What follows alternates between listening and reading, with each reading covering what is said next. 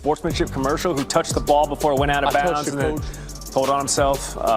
He thought Ant was doing too much. In Game 6, Minnesota has to win to extend this series to a 7th and decisive game. Steph Castle wants no part of that, finds Wemby early in the second. Spurs up 41-27. This just the beginning of a massive Spurs run. 7-0. They're up by 16. Carter Bryant, no. Castle, rebound in amongst the trees, to which there are many in the forests of Minnesota. He gets it to go. The hoop, the harm. Spurs up 19 after the made free throw. Under 9 to go in the half. We're still in the first half. Okay, the Timberwolves, the Thunder are going to meet up with one of these two teams. Steph Castle to Bryant, throwing it down. Spurs starting the second quarter on a 20-0 run. Someone get the Pepto-Bismol. We need it to stop. Next Timberwolves possession. What are they going to do? Ant-Man, Cash. Okay, 24 points for him, 19 of which came in the first half. We go to the second half, 79-63. There's Wemby. The French v. French connection advantage. The Frenchman. Well, that Frenchman. 81-63. Wemby, 19 points. It was a calm night, but that's okay, because Steph Castle stepped up. A career best 5 3-pointers made.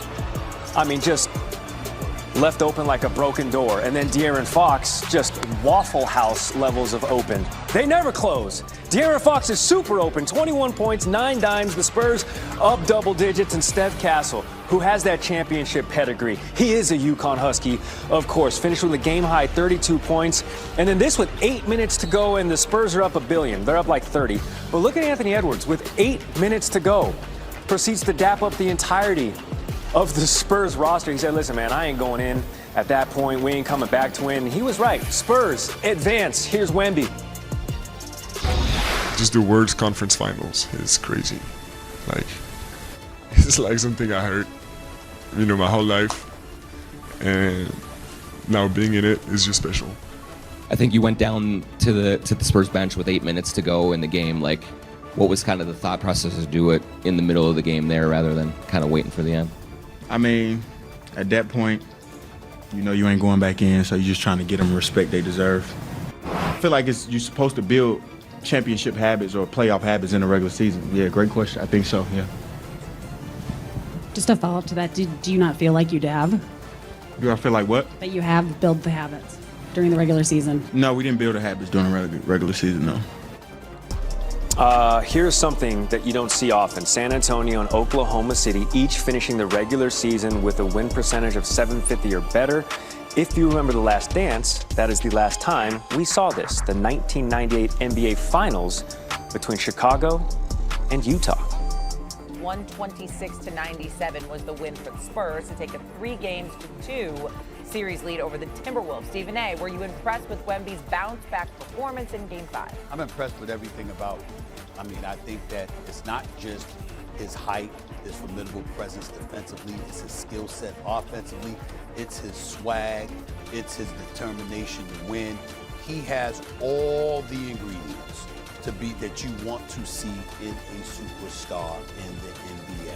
It's just that simple. Everything about him you gotta love. The only thing, I'm thankful that he's skinny. I'm thankful that he doesn't have more girth on him, because what would you be able to do with him if you couldn't try to push him around? At least his slim figure gives you the impression that you can try, that you can put a hat on him, you can sit up there and give him some elbows or whatever. Maybe that might affect him, because there's nothing else. There's no answer for this man and what he brings to the table. It just isn't. He said he felt rested in this game, came out and made a complete statement against the Timberwolves. That series will now shift back to Minnesota. First, so now we know who is going to be in the Western Conference Finals and take on the OKC Thunder. The Spurs mollywop the Minnesota Timberwolves by the score of 139-109. The Wolves traded more picks for Rudy Gobert than he had total points in Game 5. Champagnie, those guys, they had 6 guys in double figures. Champagnie was 5 of 10. 4 of 9 from the 3, he had 18. Victor Wembanyama, quiet night by his standard. He was 19 points, but only shot the ball 11 times. De'Aaron Fox had 21, he was 8 of 10. Devin Vassell, he was 4 of 10, he had 11 points. The night belonged to Stephen Castle. Stephen Castle. He had 32 points on 11 of 16. He came out scorching hard from the three-point line, and he didn't let up all night. So he had 32 points on 11 of 16 shooting, 5 of 7 from the three. Dylan Harper came off the bench. He was 15 points on 6 of 8 shooting. But Minnesota, it was just not enough. You could see early on in this game, I thought it was about to get out of hand early. Give Minnesota credit. They made a great push right before the half, but then the Spurs came out in this third quarter and really put the game away. Jayden McDaniels had 13. DeSomo had 10. Ant-Man had 24. Naz Reid was scorching hot in the second quarter. He and Terrence Shannon tried to keep him in it as best they could, but it wasn't enough. Naz Reid had 18 points, and Shannon had 21 points, but it wasn't enough. The Spurs just had too much depth. Out-rebounded them, plus 31. The Spurs had 60 rebounds. The Timberwolves had 29 rebounds. That is crazy. Plus 31 on the glass. Yeah. And that's why you have a lopsided game like what you had, 139 to 109. Joe, what you saw the Spurs, and I'm not surprised. I don't know if anybody should be surprised because we didn't think it would have got this far if they didn't throw Victor Wembanyama out of the game. What was that, game 3 or game 4? But it happened, and it is what it is. But now we know the Spurs and the Spurs and the Thunder in the Western Conference Finals, 139 to 109. T-Wolves. What did you like about the Spurs and how they approached this game tonight, Joe? Tonight, Uncle Ocho, I thought the Spurs finally put together a collective team effort as far as winning. Yes, Castle went out for 32 and 11 rebounds, but for the most part, their whole entire squad played great, bro. I think if you Minnesota, you started the game with Rudy guarding Castle. I didn't know what the hell that was about. Yeah. You give a guy like that dare shots, because it ain't like he a non-shooter. He can shoot. You give him dare shots and he make a couple, you in trouble. And that's what happened tonight. Yeah. Castle got off to a great start in that first quarter, and you could tell when he hit about 12 to 13 points, I said, oh, it's gonna be a big night for him. Once you let a guy get rolling in this league, bro, it's hard to turn him off. And then those other guys they shot 55% from the field. What, they shot 47 from 3? Yeah, they shot 56 like from the floor, 47 from 3, and at 85, there was 23 of 27 from the free throw line, 85%. Can't stop. You can't win no games like that, bro. I know Wembanyama only had 3 blocks, but like we continue to say all playoffs, bro, he alters so many shots. Yes. And then when you look at Minnesota, how the hell you gonna win with Randall giving you 3 points? Randall, let's be real, Joe. And Rudy. Randall was atrocious all series. He was, bro. He was bad all series. He may have had a solid game. I think the game that they won in San Antonio was that game 1.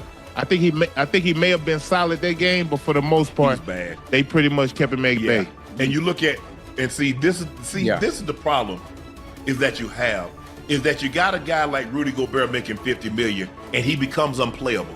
If I got a receiver, Ocho, no matter, and I'm paying him, let's just say for the sake of I'm paying him $25 million, but on third down I bring him out the game. What value is that? That's the money down. I can't play Rudy for the most part. They couldn't play him. He had 0 points. The man, hold on, your starting center, he was 0 points with 3 rebounds.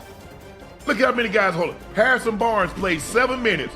He had 4 rebounds. Kelly Olynyk, he played 8 minutes. He had 4 rebounds. Carter Bryant played 13 minutes. He had 6 rebounds. Luke Cornett played 14 minutes. He had 6 rebounds. Dylan Harper had 5 rebounds. Every player on the starting roster, starting for the Spurs, had more rebounds than Rudy. Rudy is 7+ foot tall.